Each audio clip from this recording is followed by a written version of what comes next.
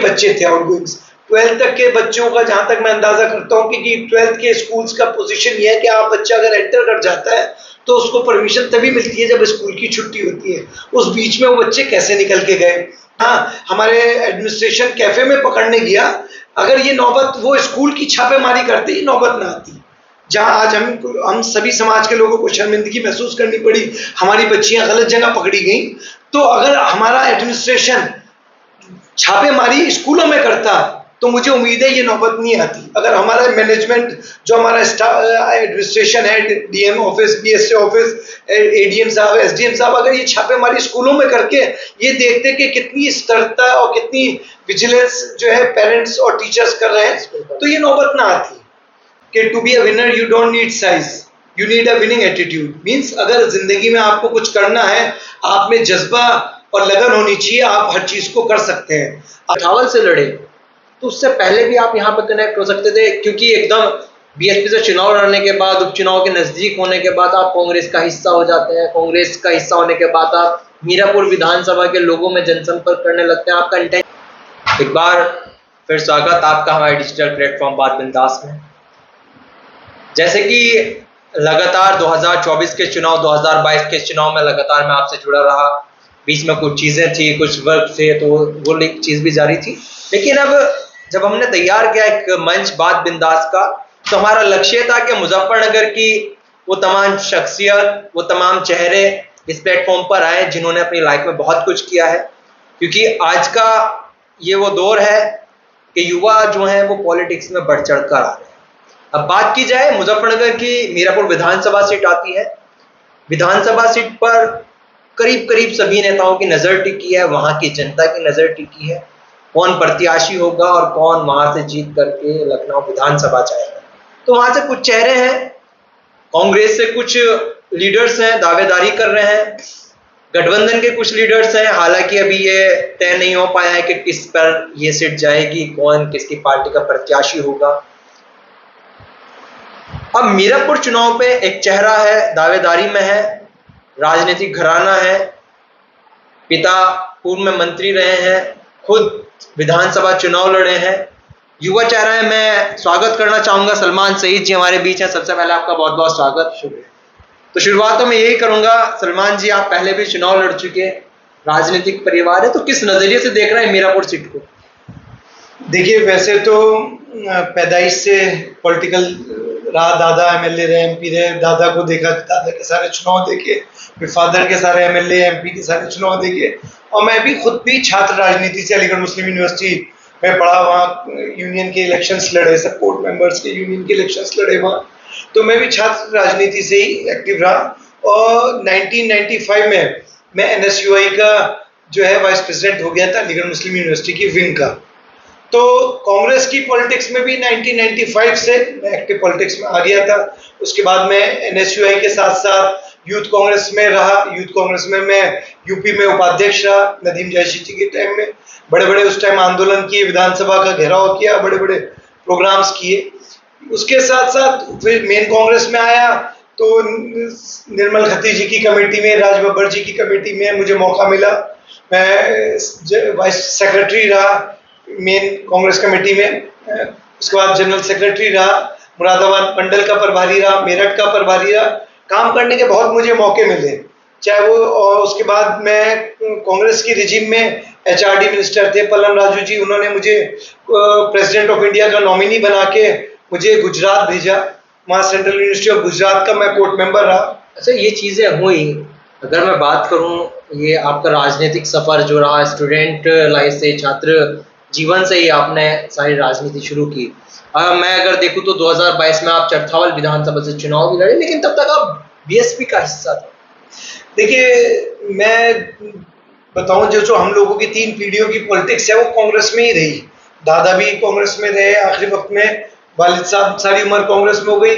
मेरा भी जो है 2002 का चुनाव कांग्रेस में लड़ा, उसके बाद कांग्रेस ने मुझे 2016 लड़ाया। 14 साल का बीच में गैप रहा। लेकिन मुझे अगर सियासी ख्वाहिशें होती तो मैं पार्टी तब चेंज करता, लेकिन मुझे कोई सियासी ख्वाहिश नहीं थी, एमएलए एमपी बनने की इतनी ख्वाहिश नहीं थी। मकसद है सियासत में आने का कि लोगों की खिदमत करना, उनकी कौम की खिदमत करना, उनके बीच में रहना। सब ये जो मीरापुर का मतलब चरथावल का जो मैं चुनाव लड़ा हूँ, वो जो बीच में रिजिम चेंज करने का रहा, वो थोड़ा-सा कहीं न कहीं नाराज़गी लोकल पॉलिटिक्स से रही। उस टाइम जो लोकल पॉलिटिक्स जिन लोगों के हाथ में थी, उन लोगों ने कांग्रेस को बदनाम यानी कि करने जो का जिला स्तर की कमेटी जिला की लोकल बात स्तर की पॉलिटिक्स थी, उसकी वजह से, नाराज़गी की वजह से मैंने किया, क्योंकि उस टाइम जो उन लोगों ने काम किया, वो कांग्रेस को ह्यूमिलिएट करने का काम किया, कांग्रेस को बहुत नीचे ले जाने का काम किया। कांग्रेस ने उन लोगों को हर चीज़ सौंपी, उन्हें प्रदेश लेवल की सारी पॉलिटिक्स पूरी सौंपी, मुजफ्फरनगर लेवल का पूरी कमान उनके हाथ में सौंपी। उसके बावजूद वो आखिरी वक्त में कांग्रेस को धोखा देके गए। सिर्फ मेरा मकसद उस टाइम ये था कि उनके सामने लड़ने का चुनाव था। पार्टी से मेरी कोई नाराजगी नहीं थी, क्योंकि पार्टी में मेरा इंटरेस्ट कभी पॉलिटिकल नहीं रहा, क्योंकि ये मेरा अपना घर है कांग्रेस, और 3 पीढ़ियों के हमारे यहाँ रिश्ते हैं, और यहाँ मैं कभी पॉलिटिकल इंटरेस्ट से नहीं अच्छा, रहा। चरथावल से जैसे कि आपने चुनाव लड़ा था, बसपा से चुनाव लड़ा था, आपने बता दिया कि कुछ नाराजगी डिस्ट्रिक्ट स्तर की जो यहाँ की जिला कमेटी थी उनसे नाराजगी थी, तो वहाँ के लोगों ने कितना प्यार जताया वहाँ पर अगर देखा जाए? हाल ही में पंकज मलिक वहाँ से देखिए, वहाँ सबको पता था जो हवा थी वो एंटी बसपा थी, वो लहर जो थी समाजवादी कांग्रेस के अलायंस की लहर थी, उस समाजवादी की लहर हवा थी, तो सबको पता था। उसके बावजूद भी मैं हवा के विपरीत चुनाव लड़ा। मुझे भी पता था बसपा को कोई मुस्लिम वोट देना नहीं चाह रहा है, लेकिन मैं हवा के विपरीत चुनाव लड़ा। एक तो मैं अपना कैलिबर देखना चाह रहा था कि कितना मेरे पे पोटेंशियल है, कि कितना मैं अपने आप को रोक पाता हूँ, कितने अपने वोटर्स रोक पाता हूँ। वो मुझे अपने आप को भी अंदाजा रहा, क्योंकि देखिए जितने कांग्रेस के लोग लड़े उस चुनाव में जिसमें मैं चरथावल लड़ा हूं, कोई भी कैंडिडेट 2000 का आंकड़ा नहीं पार किया। चाहे वो शहर का इलेक्शन हो, चाहे मीरापुर का चुनाव हो, चाहे मोहना आपका चरथावल का कैंडिडेट हो, कांग्रेस के किसी कैंडिडेट ने 2000 का आंकड़ा नहीं पार किया। वहीं मैं 28,000 वोट लेके अपने आप को साबित करके ला के मेरे पे अपना कैलिबर है, जबकि वोट बैंक वहां भी नहीं था। उसके बावजूद भी वही रणनीति को लेके मैं आगे भी अब काम कर रहा हूँ कि जो कमियां अपने में एक लीडरशिप में रहनी चाहिए, वोट बैंक अपना भी कास्टिज्म का रहना चाहिए, उसी को लेके मैं काम कर रहा हूँ। अब अगर मैं बात करूं, मीरापुर विधानसभा में आप लगातार देखे जा रहे हैं, लोगों के बीच में है, कार्यक्रम में भी है, जनसंपर्क भी है, तो क्या लग रहा है कि जो गठबंधन हो रहा है, क्या सहमति बनेगी कि मीरापुर सीट कांग्रेस के हिस्से में आए? क्या ऐसा लग रहा है? क्योंकि लगातार अगर मैं बात करूं कांग्रेस में, आप वहां से दावेदारी कर रहे हैं, अरशद राणा वहां से दावेदारी कर रहे हैं जो पहले भी चुनाव लड़ चुके, तो क्या ऐसा लग रहा है कि वहां पे एक साथ 2 लोग दावेदारी कर रहे हैं कि वो सीट कांग्रेस के हिस्से में आने वाली है? देखिए, जहां तक रही दावेदारी की बात, कांग्रेस इस टाइम चाह रही है यूपी में ज्यादा सीटें लेना। बाकी हमारे प्रदेश अध्यक्ष जी, राष्ट्रीय प्रभारी जी सब कोशिश कर रहे हैं कि यूपी में इस टाइम देखिए मुस्लिम्स जो है उसका रुझान कांग्रेस की तरफ है, तो उसमें कांग्रेस को लेनी भी चाहिए। वेस्टर्न यूपी में सीट वो कांग्रेस के हक में है, कांग्रेस को लेनी भी चाहिए। वो अलग बात है कि कांग्रेस किसको लड़ाती है, पार्टी का जो आदेश होगा, पार्टी का जो निर्णय होगा वो सर्वप्रिय है, और वो लड़ाना भी चाहिए। जहां तक मेरा मकसद है अपना, हम लोगों की जो पॉलिटिकल बैकग्राउंड है या पॉलिटिकल रणभूमि मान लीजिए, कर्म भूमि मान लीजिए, पॉलिटिकल स्टार्टिंग मान लीजिए, वो मीरापुर से रही, जो मोड़ना पहले से थी। वहीं से हम लोगों की पॉलिटिकल शुरुआत है, दादा की रही, फादर लड़े, मैं 2002 का चुनाव लड़ा। हम लोगों का पॉलिटिकल जो क्षेत्र रहा वो मीरापुर मोड़ना रहा। तो मेरा जो इंटेंशन है, जो मैं काम कर रहा हूँ उस क्षेत्र में, मेरा मकसद पिछली 3 पीढ़ियों के रिश्ते को अगली 3 पीढ़ियों के लिए ले जाने का है। मेरा मकसद फिलहाल उपचुनाव का नहीं है। वो पार्टी का आदेश होगा तो मैं पार्टी लड़ूंगा, और पार्टी ने किसी और को लड़ाने को कहा उसको भी लड़ाने का काम करूंगा। लेकिन मेरा जाति जो इंटरेस्ट है वो अगले 3 पीढ़ियों के रिश्तों को ले जाने का है, पिछले 3 पीढ़ियों के रिश्ते को अगले 3 पीढ़ियों के लिए ले जाने का है। क्योंकि मीरापुर में हमें वो मोहब्बत, वो प्यार मिली, जो चाहे वो गुजरों में रहा, बाबू नारायण सिंह लड़ा करते थे, वो मुख्यमंत्री रहे, गुजरों में लोटा नमक हो जाता था, फिर भी जो हमारे साथ गुजर रहता था वो ये कहता था कि हम शहीद मुर्तजा परिवार को नहीं छोड़ेंगे। वो मोहब्बत, वो प्यार आज भी हमारे बीच में है। जाटों में भी हर गांव में कोई ऐसा घर नहीं है जो हमसे जुड़ा हुआ ना हो।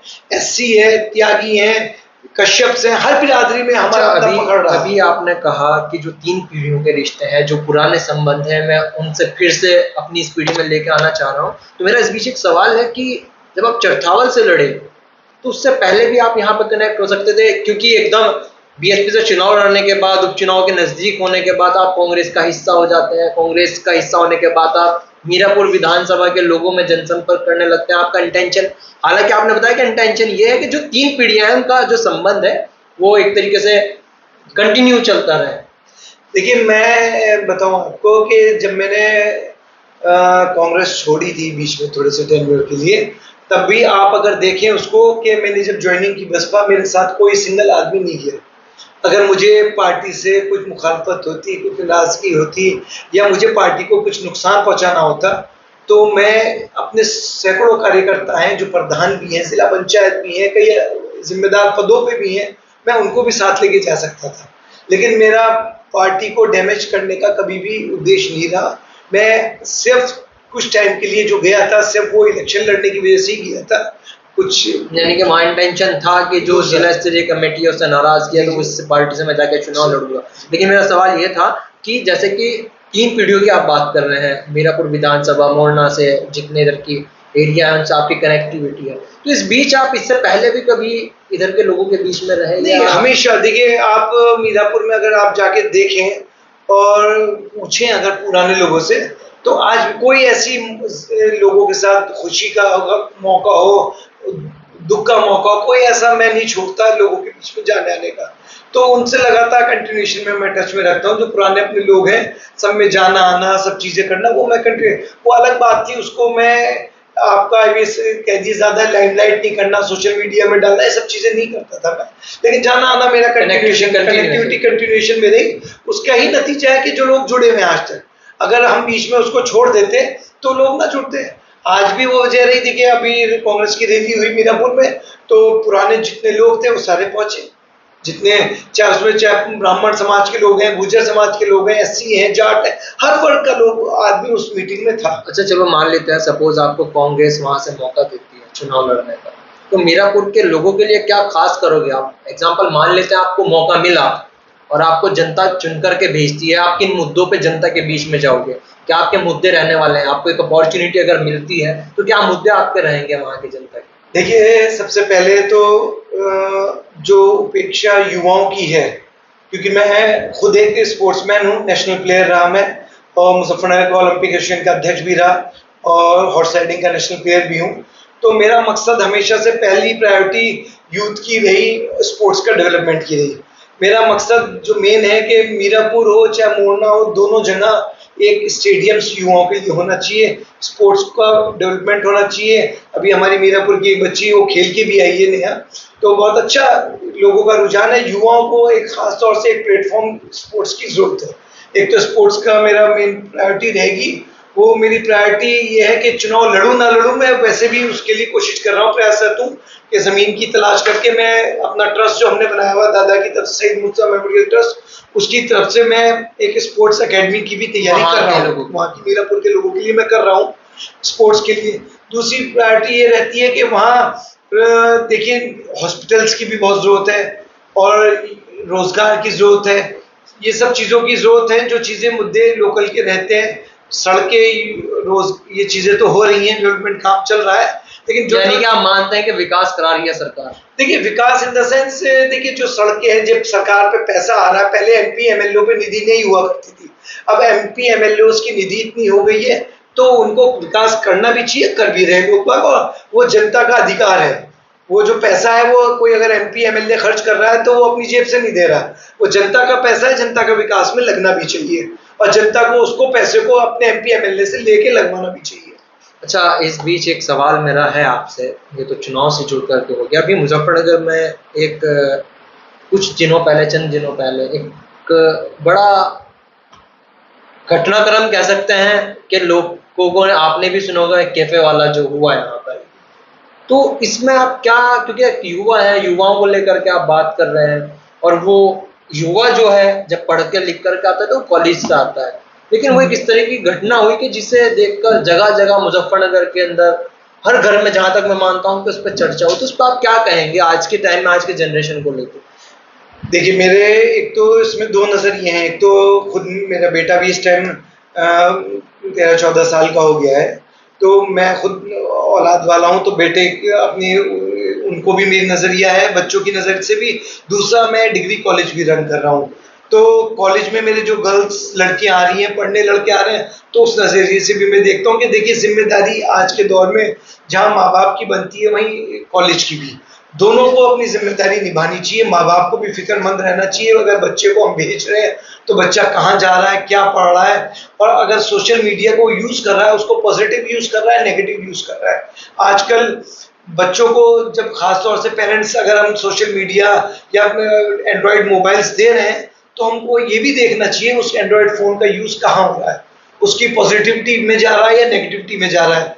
पेरेंट्स बच्चों को मोबाइल्स दे देते हैं लेकिन उसका यूज पॉजिटिव ना होकर नेगेटिविटी में जा रहा है। और जहां तक बात रही जो इस प्रकरण की, उसमें देखिए ये स्कूल के बच्चे थे आउटगोइंग्स, 12th तक के बच्चों का जहां तक मैं अंदाजा करता हूँ कि 12th के स्कूल्स का पोजीशन ये है कि आप बच्चा अगर एंटर कर जाता है तो उसको परमिशन तभी मिलती है जब स्कूल की छुट्टी होती है। उस बीच में वो बच्चे कैसे निकल के गए, ये भी एक सवाल खड़ा होता कहीं है। ना कहीं स्कूल स्कूल पे भी उंगलियां उठती हैं कि उस बीच में बच्चा क्यों नहीं आता। और जहां आजकल सोशल मीडिया इतना एक्टिव है, व्हाट्सएप ये सब चीजें एक्टिव है, तो उसमें कॉलेज अपना आप में एक्टिव क्यों नहीं किया। अगर कोई बच्चा नहीं आ रहा उसकी मैसेज फौरन उसके पेरेंट्स को जाना चाहिए। आजकल जहां आपका डिजिटल मार्केटिंग हो रही है, व्हाट्सएप सोशल मीडिया पे हम इतने एक्टिव हैं, सब ग्रुप्स टीचर्स ने बने हुए, तो टीचर्स को रोज अपडेट भी करना चाहिए पेरेंट्स को। आज आपका बच्चा कॉलेज में नहीं आया तो कम से कम वो अगर व्हाट्सएप पे मैसेज डल जाता तो पेरेंट्स कम से कम फिक्रमंद तो होते, मेरा बच्चा कॉलेज गया है तो वो कॉलेज नहीं गया तो कहाँ गया है। तो ये सब चीजें भी उसका कॉलेज को इस्तेमाल करना चाहिए, क्योंकि अब हम जहाँ इस दौर में चल रहे हैं जहाँ हर चीज हम लोगों के टिप्स पे है, तो कॉलेज को भी उस चीज का यूज करना चाहिए। तो वो जितना बच्चा कॉलेज में एंटर कर रहा है, बायोमेट्रिक से अटेंडेंस होती है फौरन। हमारे कॉलेज में भी है, कॉलेज में मेरा अपना डिग्री कॉलेज रन कर रहा हूँ पुरगासी में, एसएम डिग्री कॉलेज में, हम वहाँ बायोमेट्रिक करवाते हैं। बच्चे की बायोमेट्रिक करती ऑन द स्पॉट उसका मैसेज बच्चे के पेरेंट्स को चला जाता है कि आपका बच्चा कॉलेज में एंटर कर गया। तो जब ये दोपहर का वाकया है तो जब तक इसका मतलब ये है उस कॉलेज में ना बायोमेट्रिक हो रही है ना मॉनिटरिंग हो रही है कौन बच्चा आ रहा कौन जा रहा है। अगर डिजिटल इंडिया की अगर बात चल रही है, डिजिटल सारी चीजें हो रही है, तो इस तरीके की अपडेशन भी एजुकेशन जो डिपार्टमेंट में करना चाहिए। कॉलेज को भी जिम्मेदारी है और हमारा बीएसए डिपार्टमेंट जो है उसको भी सतर्कता बरतनी चाहिए। उन लोगों ने भी बायोमेट्रिक मैंडेटरी कर रखी है तो उनको भी सुपरविजन करना चाहिए। बायोमेट्रिक क्यों नहीं कॉलेजेस में हो रही है, क्यों रन नहीं हो रही है, क्यों नहीं हो रही है, ये सब चीज पे उनको सुपरविजन करना चाहिए।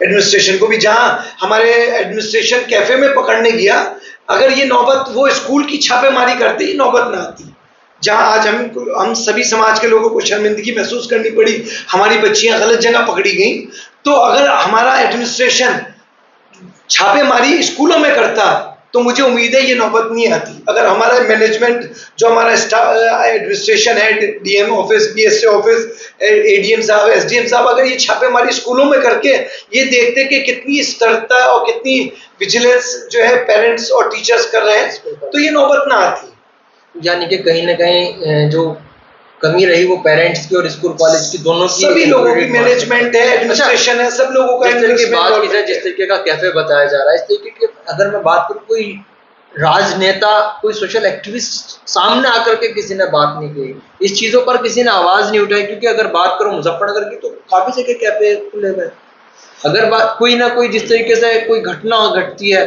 तो तमाम संगठन, तमाम पॉलिटिक्स चेहरे जितने होते हैं वो एकदम फ्रंट पे आकर के बात करता है। लेकिन जब बात ये आई तो अगर मैं बात करूं किसी भी कम्युनिटी की, मैं बात करूं, कोई पॉलिटिशियन, कोई सोशल एक्टिविस्ट, कोई संगठन सामने नहीं है।